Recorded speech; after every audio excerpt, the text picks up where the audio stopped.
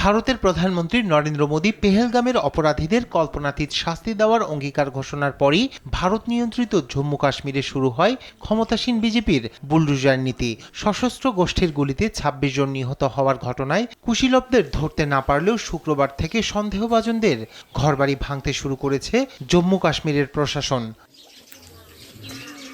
শুক্রবার দুটি বাড়ি ভেঙে গুড়িয়ে দেওয়ার পর শনিবারও বুলডোজার চালিয়ে ধূলিসাৎ করে দেওয়া হয়েছে আরও দুই সন্দেহভাজনের বাড়ি। দক্ষিণ কাশ্মীরের অনন্তনাগ জেলায় যে দুটি বাড়ি শনিবার ভেঙে দেওয়া হয় তার একটি বিস্ফোরণ ঘটিয়ে অন্যটি বুলডোজার চালিয়ে। সেই দুই বাড়ি পেহেলগামে চিহ্নিত দুই জঙ্গির বলে দাবি করেছে নিরাপত্তা বাহিনী।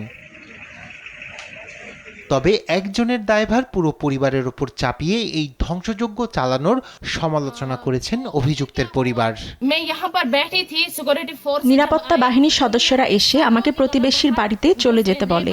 আমি দেখলাম ছদ্মবেশী পোশাক পরা একজন লোক বাড়ির উপরে বোমার মতো কিছু রাখছে। এরপর চোখের সামনে বাড়িটি মাটির সঙ্গে মিশিয়ে দেওয়া হলো। আচ্ছা বলুন তো, আমাদের কি দোষ? বাড়িটির কি দোষ? আমরা তো নির্দোষ। আমার ভাই যদি কোনো অপরাধ করে থাকে সে শাস্তি আমরা কেন পাবো?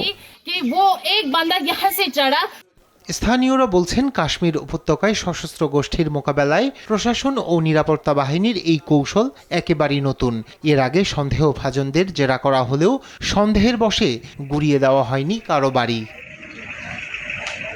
বিজেপি শাসিত রাজ্যে বুলডোজার নীতির বিরুদ্ধে একাধিকবার মন্তব্য করেছেন ভারতের সুপ্রিম কোর্ট। কোনো ক্ষেত্রে প্রশাসনকে তীব্র ভৎসনা করা হয়েছে। তবে জম্মু কাশ্মীরে বুলডোজার নীতির বিরুদ্ধে এখন পর্যন্ত কোনো নির্দেশ দেয়নি দেশটির সর্বোচ্চ আদালত। রায়হান কবির শুভ্র, নিউজ ডেস্ক, দেশ টিভি।